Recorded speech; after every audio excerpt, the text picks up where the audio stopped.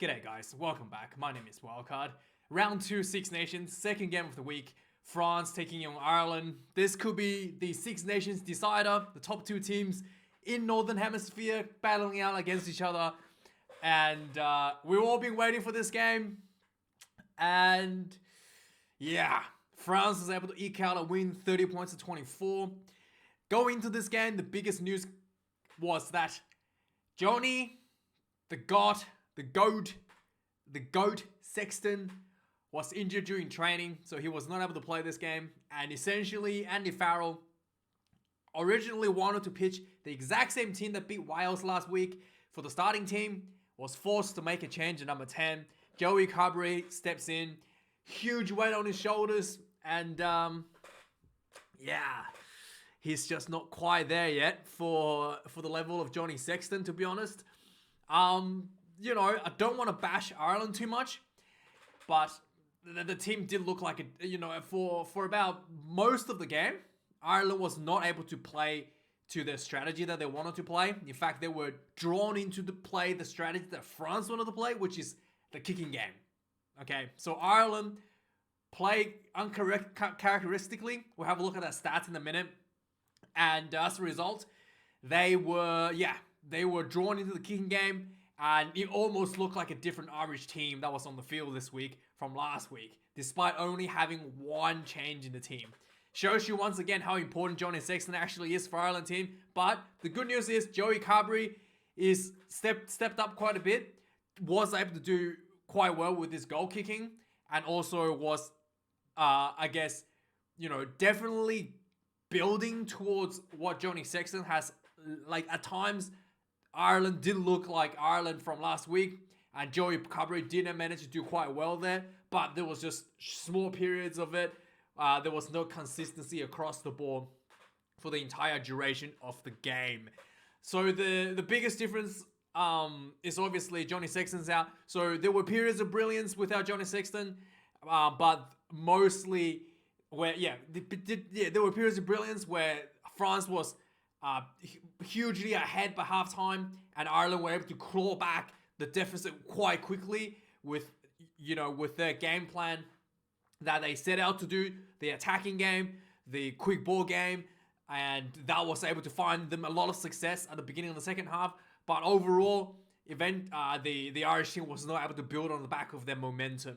There was way too much kicking from the Irish team. That was what I think was like low pressure kicks. So, you know, if you are going to do the kicking game, if you're looking at, you know, the king of the kicking game, the Springboks, they put a lot of pressure with the wingers with the kicking game. You know, the wingers like Mapimpi, and when Cheslin Kobe wasn't injured, it's just, you know, every kick they're on you, huge pressure on you constantly. Whereas there was a lot of kicks in this game, especially from the Ireland team, because I'm guessing that's probably not part of the strategy. Initially to go into this game was just low pressure, which is kicks that's straight out the center of the field, and then, you know, France was more than happy to just give you a return kick for you to, you know, deal with, right? There was no one chasing, not too much pressure, literally no pressure was put on to the kick. There wasn't much of an angle, just straight down the middle of the field. There was a lot of that, and that was I thought that was not something that, you know, Andy Farrell probably wouldn't be happy with. Instead of, you know, building pressure like they've done in the past few weeks, this week, the kicking. So let's just have a look at the stats difference, right? So France, we knew going into this game, had a lot of kicking. They wanted to do exactly what they end up doing. Huge kicking numbers from meters for Dupont, kicking meters for Intermac, and also Melvin Jevenet at the fullback. Ireland last week, I think, had like 300 kicking meters out of the whole team, mostly from James and Parks, and I think there was some kicking from Johnny Sexton, but I think last week the entire team combined about 300 meters, right? And this week, let's see, that's already 300 meters from Joey Carberry and Gibson Parks, and another 168 from Hugo Keenan. So there was a lot more kicking from Keelan last week. There was very few kicking meters from him. So already the kicking was way more than what they did last week. There was 30 kicks from the French team, 31 for the Irish team. So Ireland actually did more kicking than France in this game, despite that's something that that's completely not part of the game plan. going into this match.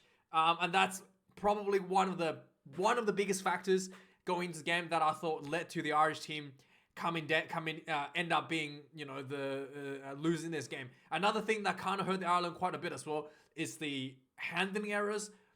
Without Johnny Sexton, maybe there's some bit of communication issues on the field, because Johnny Sexton is the captain as well, or was the captain as well. So there seemed to be a bit of communication error maybe. So there was a lot of handling errors in the Irish side, and as a result, they were not able to build consistency.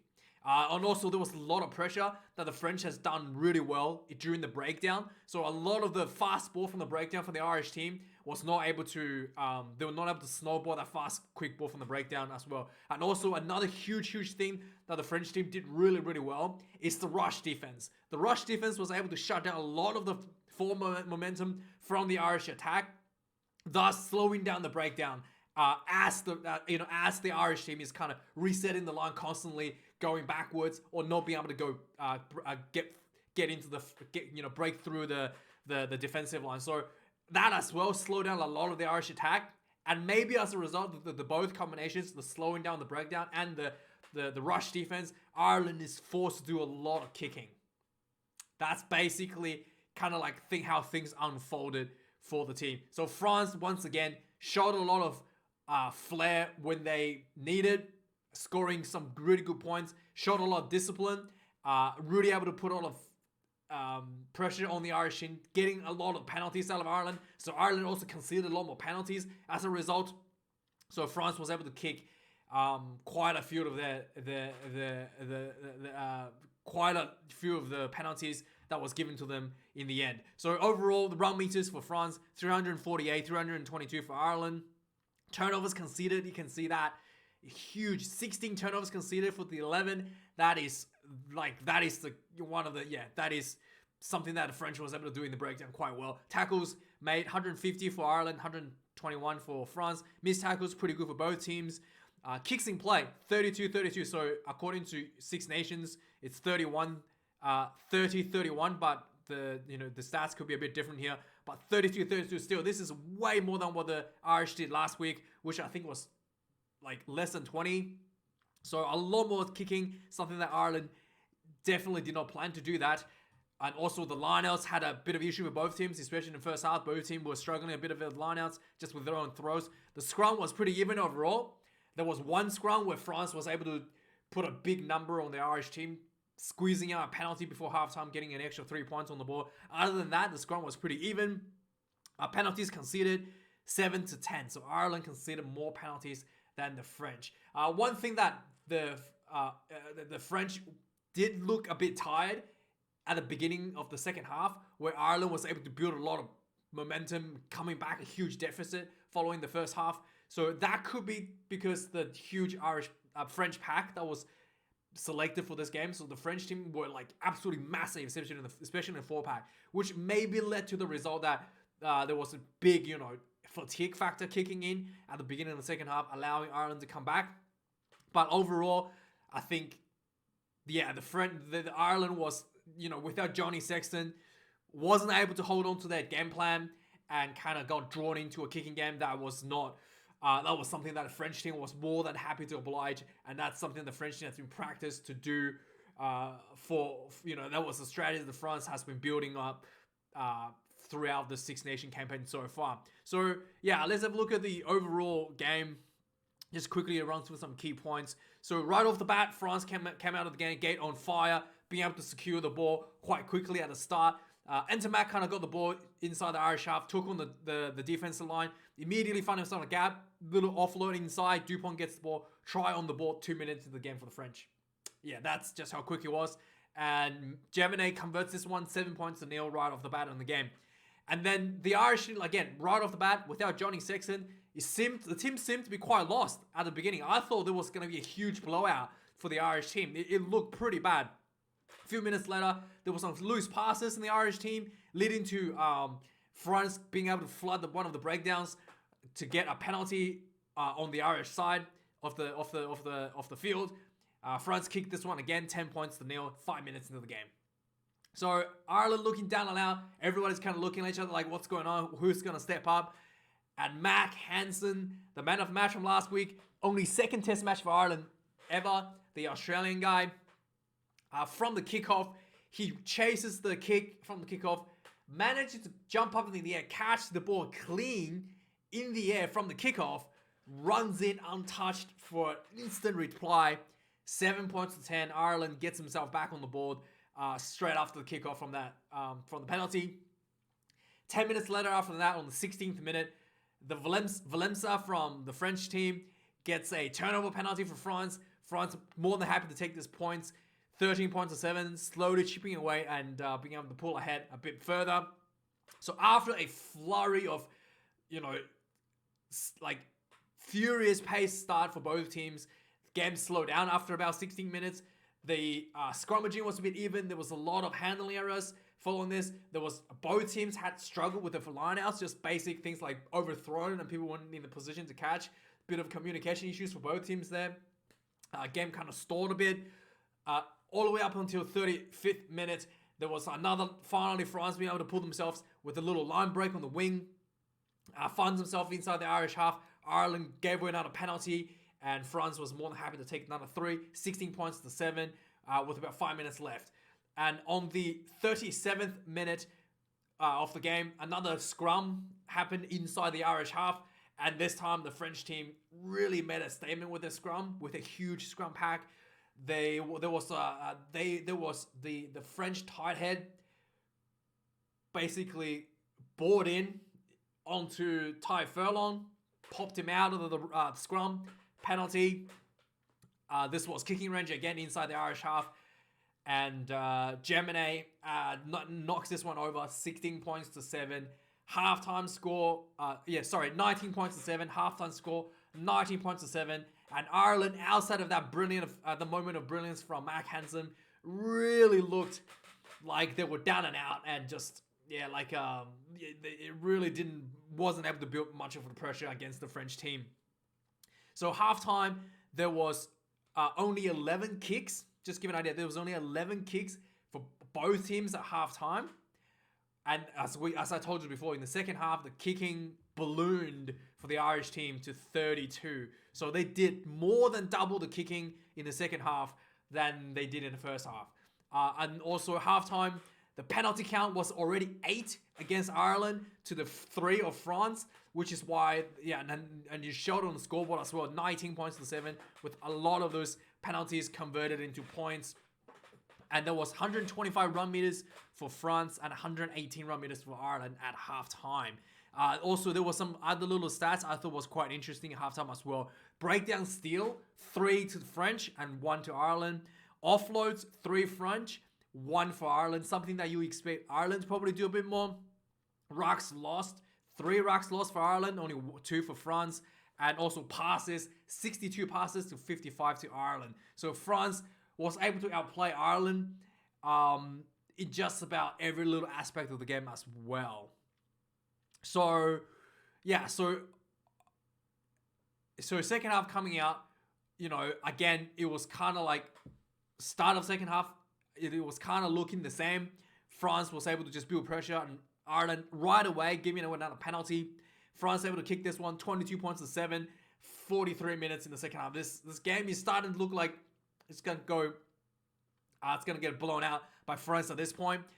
Sure enough, Ireland were able to get themselves back into the game. Maybe due to the French being exhausted, and this is at this point you can feel the French team dropping off a cliff here, right? So a minute later, from the kickoff, Porter forces a penalty for Ireland. So Ireland obviously take the opportunity to the Porter, what's his name, Andrew Porter, the Lucette prop. Andrew Porter. So he gets a penalty for Ireland. Ireland, seeing so much down in the points, goes for a 5-meter line out, and sure enough, it was just that easy. Line out, set up a more. The French 4-pack look exhausted. The more goes in, quite splits up. The Irish team peels off the ball carrier. Who was it? Van peels off. It's Van der Fleer peels off. He goes in for the first try for the Irish team, pulls himself back. 7 points, 22 points to 14. 4 minutes later, Another penalty for Ireland that goes for another line out. They're getting some forward momentum, and it's starting to look like France is falling asleep. And sure enough, the Ireland following the line out start building some phases. Gibson Parks on centre field, gets the ball, quick ball out, looks up. There was Valemsa, the big guy in front of him. Gibson Parks takes him on, steps him on the inside, runs in under the sticks. Instant reply, another try. 49th minute. Suddenly, Ireland is back up 21 points to 22. Within less than 10 minutes, they were able to, not even 5 minutes. Within 5 minutes, Ireland were able to score 2 tries and close up the gap to 22 points to 21. So, yeah. And at this point, I think Fabien Gauthier is realizing his forwards start getting tired, swaps off his 4-pack, start bringing on the reserves, but it was looking a bit too late. But yeah, after the reserves been turned on, France able to stabilize the momentum once again. On the 53rd minute, Ireland tries to run their own ball out of their own 22. The ball comes out loose in the ruck. One of the Irish team kind of kicks it forward by accident, and France gets the ball, starts attacking, and then basically Ireland was caught a bit off guard. There was a bit of a gap on the open side. The French big man Bailey crashes over the Irish team, crashes over the line for a French try. 27 to 21, the conversion was not good. So this was, I think, one of the 2 conversions that were missed. Maybe it was the only one by Jaminet. Is it the only one he missed? I thought he missed. Yeah, he missed only one. So the only conversion that was missed by Jaminet is this one. So France was only able to get 6 points ahead instead of 8. So this was quite important because now Ireland can still catch up with 1 converted try. So there was, again, after this, there was, again, a lot of handling error kicking in for both teams, and Ireland really struggling to go forward. And as a result, Ireland starting to play the kicking game. And yeah, so the kicking starts to balloon for Ireland, for both teams. France being ahead, more than happy to kick for territory, but Ireland was kicking a lot of these territories away without putting on much pressure. On the 66th minute, Ty Burns, out of all people, puts in the best kick of the evening for Ireland. He skewers the ball down the field, gets a 50-22 for Ireland team. And this was by far the best kick, and it's from Ty Burns. And that tells you, it tells you a lot about the Irish team at this point. So, despite this kick, the Ireland was not able to capitalize. Again, the line-out was messy. France able to recover the ball from the poor line-out throw and defuse the situation. On the 71st minute, on the 71st minute, France was penalized for a bit of a discipline issue, and this was right in front. I thought this is the point where Ireland should have gone for the try. They were 6 points behind, and they haven't really had any opportunity of going forward. Their kicking game hasn't been working out for them at all, and this is an opportunity for them to go for a try to take the lead. But they had a group discussion there that decided to go for, James Ryan decided to go for 3 points. So Ireland kicks the 3, still 3 points behind, 27-24, with about 9 minutes left on the clock. On the 5 minutes later, on the 76th minute, the French was putting a lot of pressure on Ireland.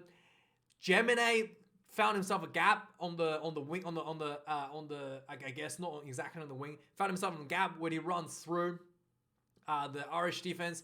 Looked like he scored, but the on-field decision was no try, and the TMO couldn't find an angle to show that Jaminet had a ground on the ball, even though it looked like he landed on top of the ball with his hand, with his elbow, his own hand, holding the ball up, which, it looked like the ball could have touched the ground at some when that happened, but there was no clear footage to show that to be the case. So, huge decision, no try at 76th minute when France was only 3 points ahead. But there was a penalty advantage being played for hands in the ruck against Ireland, and France take the penalty, 30 points to 24, 76th minute. From the kickoff, Ireland was able to steal the ball back, so it was looking like Ireland still has a chance to score a converted try to win the match, but that was not to be the case. Again, small errors from Ireland team resulted in France getting resulting in Ireland not able to get anything out of this this opportunity, stealing the ball from the kickoff. In fact, going backwards, France was able to get the ball back, kick the ball back downfield to the Irish team. And again, Ireland, despite having this last couple minutes, it really shows how much the Ireland was, how poorly the Ireland played the game. In fact, there was a minute left on the clock. Ireland was 60 meters out. You have to score the try, right? Instead of running the ball or maybe even play the territory, whoever got the ball, I think might have been, I don't even know who it was, but the Irish player got the ball, puts up a high ball that went 5 meters or something, maybe 10 meters. Literally didn't even get out of their own half, this high ball. And basically, I think the French got the ball back, or maybe there was a knock on. But yeah, it was just the fact that the Ireland decided to kick a high ball with less than a minute to go, that didn't even go into the French half. Really showed, because if that went inside the French half, if there was a penalty as a result of this high ball, you could potentially kick the three or even build up to something. But it didn't even get inside it didn't even get inside the half. It was just atrocious kicking. And as a result, France were able to close this one out, 30 points to 24. Once again, it really showed how much Johnny Sexton is to the Irish team. Really unfortunate. I think Ireland really did lack that leadership that was required to stick to their game plan. And they were drawn into the style that the French wanted to play, the kicking game. And quite frankly, the Irish team was not really prepared to play the kicking game. And a lot of the kicking was, really not worthy of international levels, to be fair. And this was a big win for France. They could still head in. They are the only team left to win, to still have a chance to win the Grand Slam. But yeah, let me know your thoughts in this game, guys. So very unfortunate. And let me know your thoughts. Let me know what your thoughts on Johnny Sexton. Let me know your thoughts on Joey Carbery's performance. And let me know your thoughts on the kicking game. Thank you for watching this, guys. I do appreciate it. Whether you agree with me or not, I still do appreciate you watching this video. Thanks for watching. Like, comment, and subscribe. I'll see you guys later this week for the news. Cheers.